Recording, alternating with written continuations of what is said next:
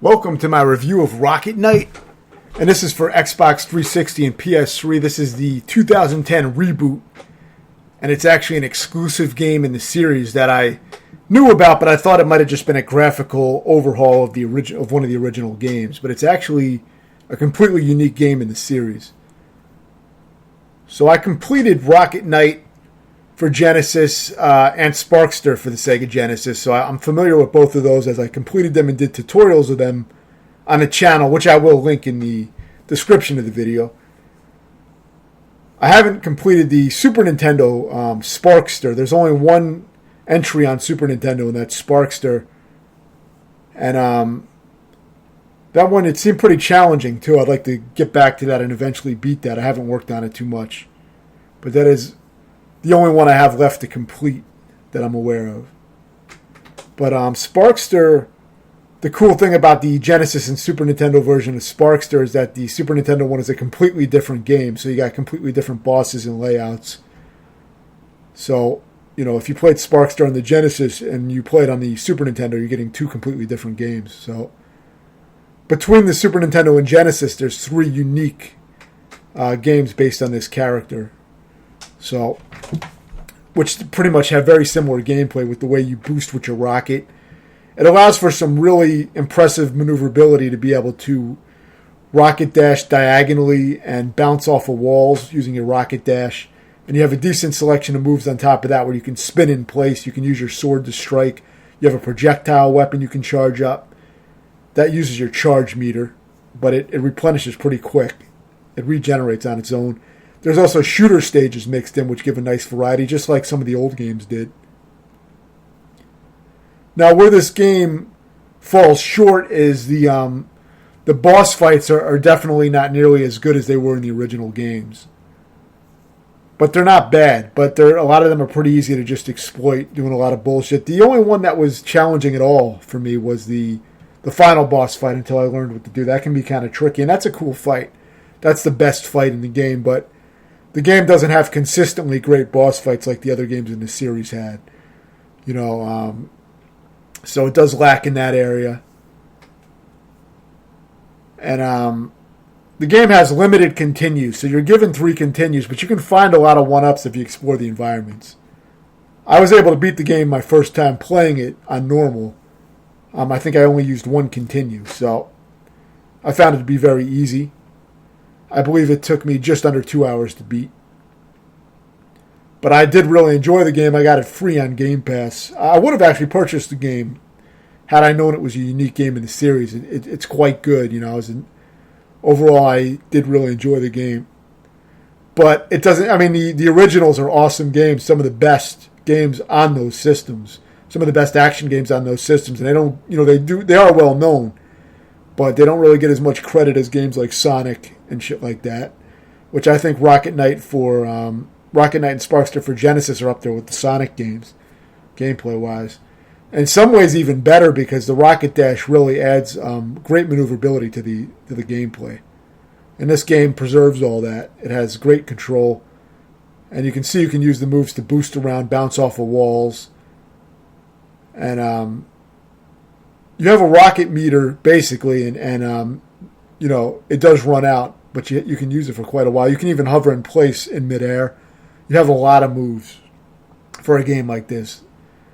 So, you can really play it, very well with all the moves you have at your disposal.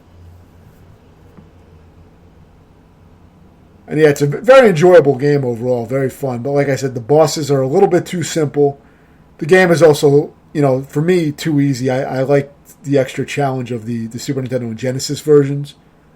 So for me, that was a little bit of a weakness. But the actual stage gameplay, is probably close or on par with the other games in the 16-bit series, the Super Nintendo and Genesis games, which are all very similar. Though I think I liked Rocket Knight for Genesis better than Sparkster for Genesis, from what I remember.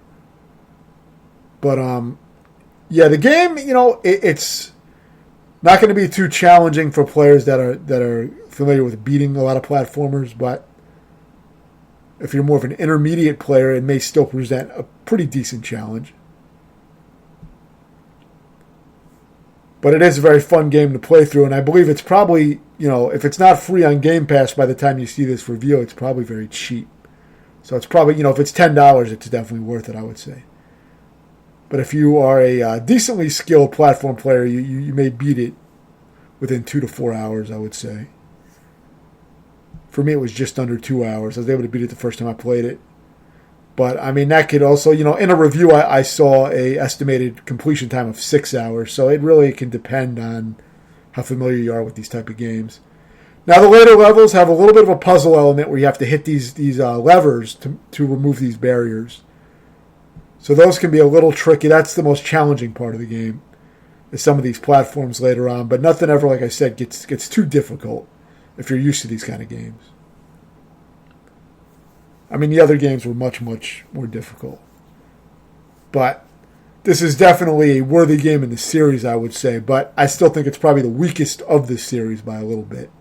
It's not quite up there with, the originals as far as I'm concerned. But there's some cool scenes like this where, you have to dodge between these platforms. You have to hit levers to remove barriers, things like that. Some, pretty cool gameplay, well thought out. And it's a very enjoyable game throughout.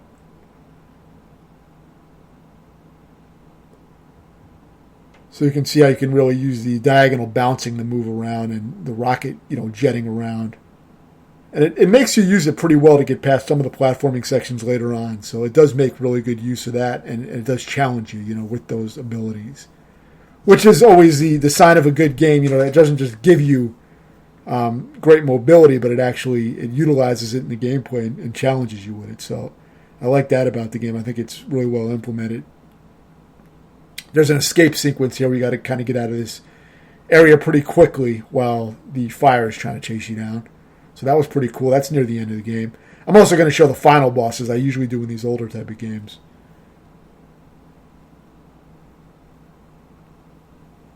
But yeah, overall, I thought the game was, quite good. But like I said, I wouldn't put it quite up there with the original games. I still think they have an edge. I like the extra challenge of the original games, and I like the boss fights a lot more. But this was the coolest boss fight, and this one is kind of extended. So this boss fight was up there with other boss fights in the series. But this was the only boss fight that really kind of competed with the boss fights in the older games, as far as I was concerned. Most of the other ones were just too simple, but they were still enjoyable. But you could kind of bullshit your way through without really learning the patterns. You didn't really have to practice too much to beat them, in my experience. But with this boss, when he peeks his nose out, you got to kind of, strike his nose. I didn't do a tutorial on this game because, I thought the game was too easy. I just considered it to be too easy to do an entire tutorial on the entire game. I didn't have much to say about it. I think if you watch my playthrough, it's mostly going to be, explanatory what I did. But it's not an edited playthrough, so you're not going to, see everything refined. You're going to see all the deaths and everything. But I just thought the game was too easy to bother editing it or trying to make a tutorial. But I did enjoy the game.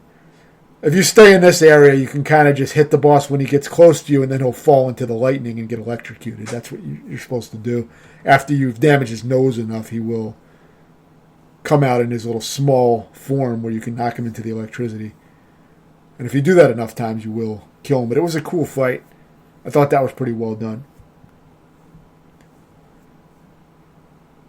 There's also a hard mode and arcade mode. I'm not sure exactly what that is. I only played the game through on normal. Hard mode may provide a little bit more of a challenge. I don't remember exactly what hard mode does. I didn't try that. But yeah, overall, I'd give this game a 7 out of 10. It's really solid, and I would definitely recommend picking it up. Let me know if you have any questions, and thanks for watching.